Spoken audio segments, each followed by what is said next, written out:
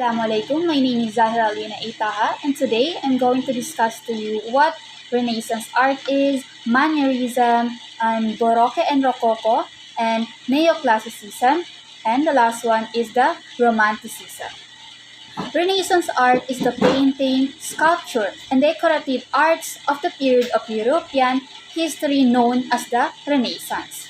During the Renaissance period, binigyang halaga ng mga artist ang sinatawag natin na individual bilang paksa ng sining. Dahil sa impluensya ng humanismo, nagbago ang focus ng ilang sining upang bigyan lakas ang tinatawag natin na individual. Ang individual ay nakaramihan din sa mga likhang sining ay nagpapakita ng naturalism and isang impluensya ito ng humanismo dahil binibigyan diin ang tamang proporsyon ng katawan ng isang tao. Dagdag pa rito is maraming artist ang gumagamit ng perspectives of death kaya naging mas makatotohanan ang kanilang mga likhang sining. Sa pamamagitan ng teknik na ito is nabigyan tayo ng 3D, yung tinatawag natin na 3D effect na karamihan sa mga pinta ng Renaissance. Bukod dito is binigyang pansin din ng mga Renaissance artists ang mga non-religious paksa sa kanilang sining. Ito ay dulot ng privatisasyon ng sining noong panahong iyon. Gayunpaman, karamihan sa mga likhang sining ay nanatiling may temang religious. Renaissance is muling binuhay yung tinatawag natin na Roman theatrical plays. And yung dulang ito is itinanghal sa mga special lamang na okasyon sa hukuman or yung mga prinsipe ng Italia. Isinasagawa ang mga pagtatanghal sa isang maranya at engranding paraan upang mabigyan ng kahangahangang aliwan ang mga manunood. Mabigyan natin sila ng entertainment. Bukod sa mga kantahan, sayawan, naglaan din sila ng malaking puhunan sa magagarang entablado at kasuotan ng mga artist. And kalaunan is ito ang naging daan sa pag-usbong ng opera sa Italia na malaki ang naging impluensya sa kanilang tradisyon ng pampublikong teatro.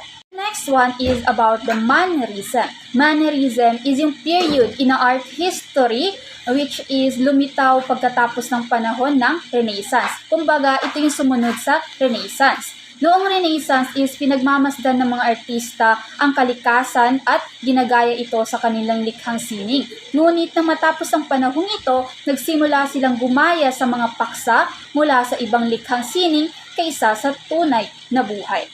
Karamihan sa mga obra sa panahong ito is meron siyang mga hindi natural na hugis ng katawan ng isang tao, patag o dalawang dimensional na espasyo. Hindi magkatugmang kulay at walang malinaw na focus o sentro sa larawan. This one is the Baroque and the Rococo. The term Baroque is derived from the Portuguese term barroco, which is translated as irregularly shaped pearl. Nilalarawang ito ay akma dahil sa Roma. Nagsimula ang panahon ng Baroque, na ayon sa mga historians ay naging tugon sa tinatawag natin na Protestantism. Bagamat sumunod ito sa Renaissance, maraming artist ang bumuo ng mga bagong estilo at teknik na inaiiba sa mga naunang alagad ng sining. Karamihan sa kanila ay gumamit ng makukulay na paleta at mga gagarang dekorasyon sa kanilang likhang sining. Panahong ito, hindi lamang pinatatag ng Italia ang kanilang relihiyon, kundi pati na rin ang kanilang politika at sining. Ang pangunahing tema ng panahong ito ay pagpapalawak na makikita sa mga likhang sining na nililikha noon. Isinasaalang-alang din ng mga artist ang galaw at espasyo sa kanilang mga obra, tulad ng paggamit ng dramatic na ilaw at konsepto ng oras. Sa sining is umunlad din ang music noong panahon ng Baroque.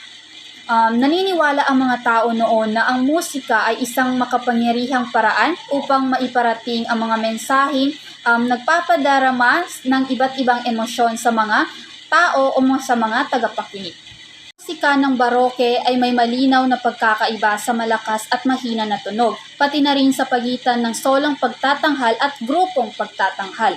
Dahil sa Roma nagsimula ang panahong ito, hindi katakatakang karamihan sa mga composer ay mula sa Italia. Ilan na sa kanila ay sila Vivaldi, Corelli, at Monteverdi. Kalaunan is lumaganap ang impluensya ng musika sa Baroque sa labas pa ng Italia at umabot ang musika na ito sa iba't ibang bahagi pa ng Europa. Ilan sa mga kilalang Baroque composers mula sa Alemanya ay sina Bach at Handel. Dahil nais ng mga Baroque composers na pukawin ang emosyon ng kanilang mga tagapakinig, nagsimula silang lumikha ng mas komplikadong komposisyon at pagtatanghal. Gayunpaman sa simula, ang ganitong musika ay limitado lamang at sa mga makapangyarihang institusyon tulad ng simbahan at mga mayayamang taga-suporta. Kalaunan, naging mas abot kamay ito sa panggitnaing uri at sa mga marami pang tao. Ang susunod is ang tinatawag natin na neoclassicism.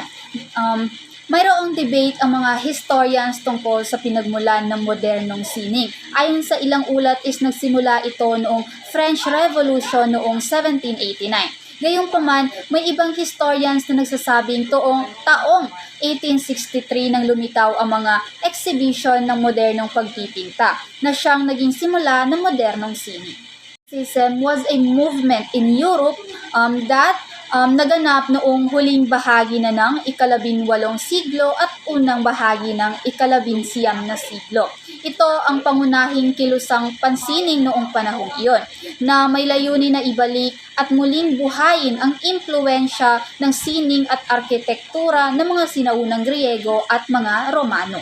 Ang mga sinaunang Griego at ang mga Europeans ay nagbigay diin sa paggamit ng katuwiran at pagpapanatili ng kaayusan sa lipunan. Ang mga prinsipyong ito rin ang nangingibabaw noong panahon ng Enlightenment period. Ayon sa ilang historians, ang neoclassicism ay isang reaksyon ng mga likhang sining ng panahon ng Baroque. May panawagan noon na lumayo sa marangya at magarbong estilo ng sining at arkitektura ng Baroque period. Next one is what we call Romanticism. Romanticism movement include the emphasis on the goodness of mankind. Romanticism din is an art movement na ginagamit sa mga pangunahing tema ng neoclassicism bilang pangunahing punto. Ipinakita ng mga Romanticists ang mga elementong bayani sa kanilang mga likhang sining. Panahon ng mga revolusyon, isa sa pinakamalaking revolusyon sa kasaysayan ay ang French Revolution, na naging pangunahing inspiration ng karamihan sa mga romantic na likhang sining. And central themes of the Romanticism movement include the emphasis on the goodness of mankind, like what I've said kanina. And karamihan sa mga likhang sining noong panahong ito is nagtaguyod about sa justice, equality, and yung social order. Binigyang diin din ng mga artist ang emotion at damdamin ng isang tao, na isang paglayo mula sa mga makatuwirang principles ng humanism at rationalism.